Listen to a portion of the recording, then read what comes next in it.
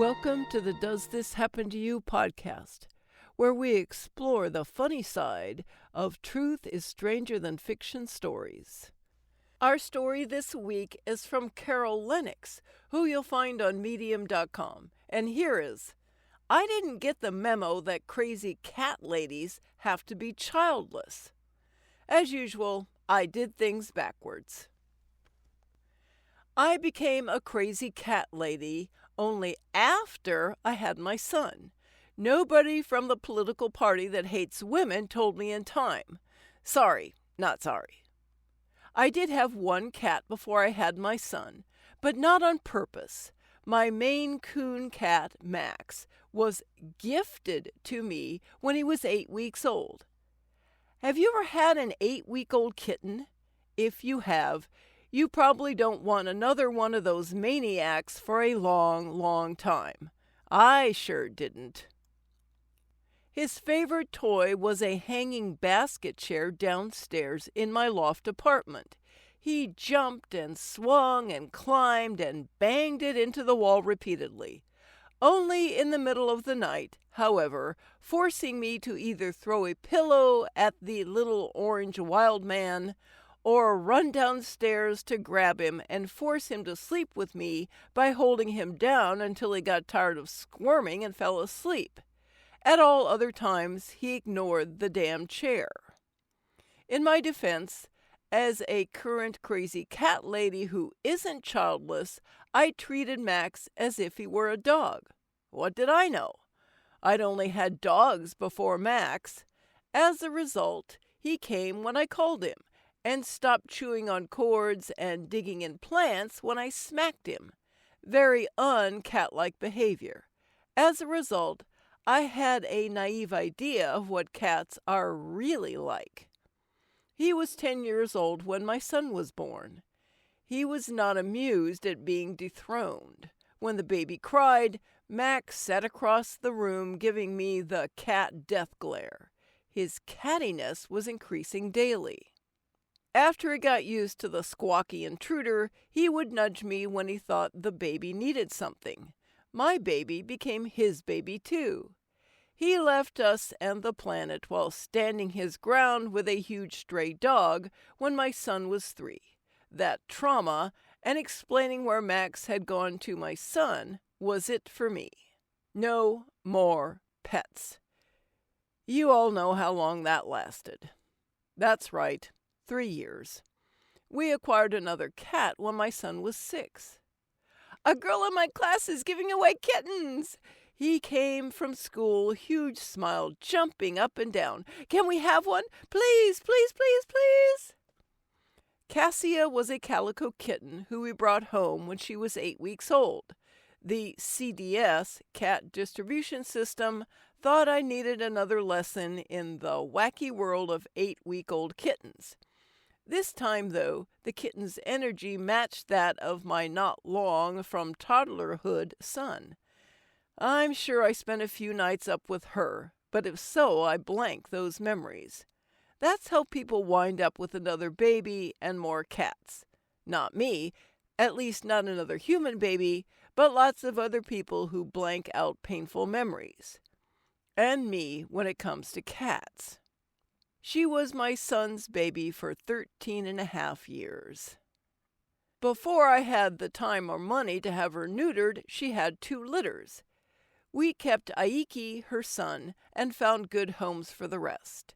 We gave the loud one, Cinnamon, to my sister, who prefers and owns dogs, but is a good crazy cat lady when necessary. She is childless, unless you count my son and her doggies, which we do. So, there I was with 2 cats and a growing boy. Am I a crazy cat lady yet? I also was acquired by 2 dogs within 3 more years. 3 seems to be the magic number. Can people who own dogs and cats even be crazy cat ladies? Plus, as evidence, I submit that I am not childless. So, not a crazy cat lady. I was the surplus human for Cassia when my son went off to college. She would sit in front of my living room chair and cry. When I got up, she ran, leading me into his room, where she sat in the middle, and cried some more, until I called him and he talked to her. I know she thought I gave him away as we had her other kittens. When Cassia moved on to the heaven that awaits for all loyal, loving, semi-crazy cats, it was just me and the dogs. I couldn't possibly be a crazy cat lady then, right? Until one day, I left a margarita happy hour to buy pet food at PetSmart. First, though, I had to run the gauntlet of adoptable pets set up outside the store. This fateful tipsy day, they were all cats. Reasoning that my son really needed a new cat in his current apartment, miles away from mine, I took a moment to look at calico kittens. There were two. One, cat-like, ignored me. The other walked right up to the bars of her temporary prison and reached through them to swipe at my phone as I took her picture. She then swiped at me, snagged me by the sleeve, and pulled me closer. Her name is Keela, short for tequila. I suggest pet stores set up full bars and cut out the middleman. After a week of Keela becoming queen of my dog's world and mine, my son came to pick her up. He was too late. He'd have to pry her off my cold, dead lap, which at the time was alive and warm with the weight of the 5-month-old kitten who claimed me. Fast forward 3 years later, and both doggies follow Cassia into the green fields and blue skies of animal heaven, where I'm sure she resumed swiping at them as they ran by, enticing them to play. How did my son pay me back for taking care of his Cassia when he left home and getting him a kitten, Keela, who I refused to let him have?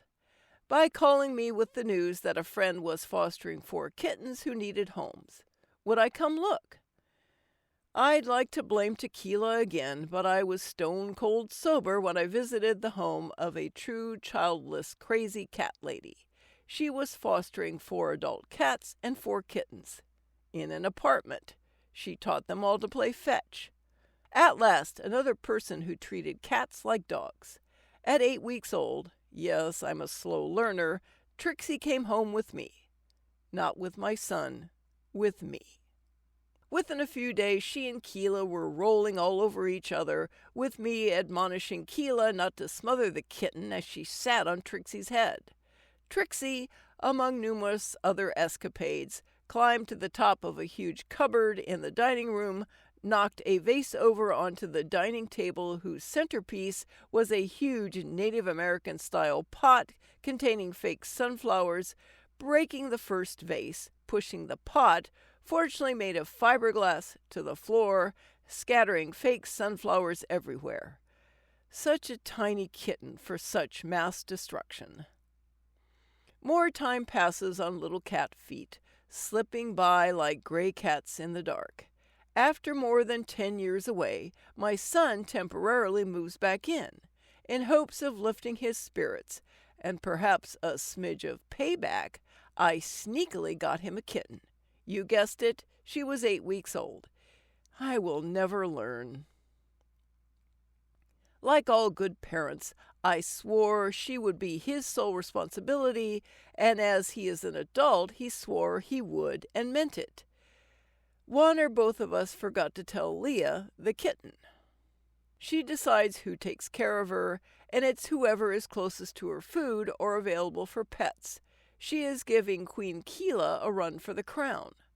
Trixie quickly abdicated and is her constant playmate. She sleeps with my son, her titular owner, but cuddles with me when he isn't around. There is really nothing like the ephemeral, warm weight of a kitten, reminiscent of the warm, snuggly weight of a baby. Why crazy cat ladies are the best leaders of nations and the world.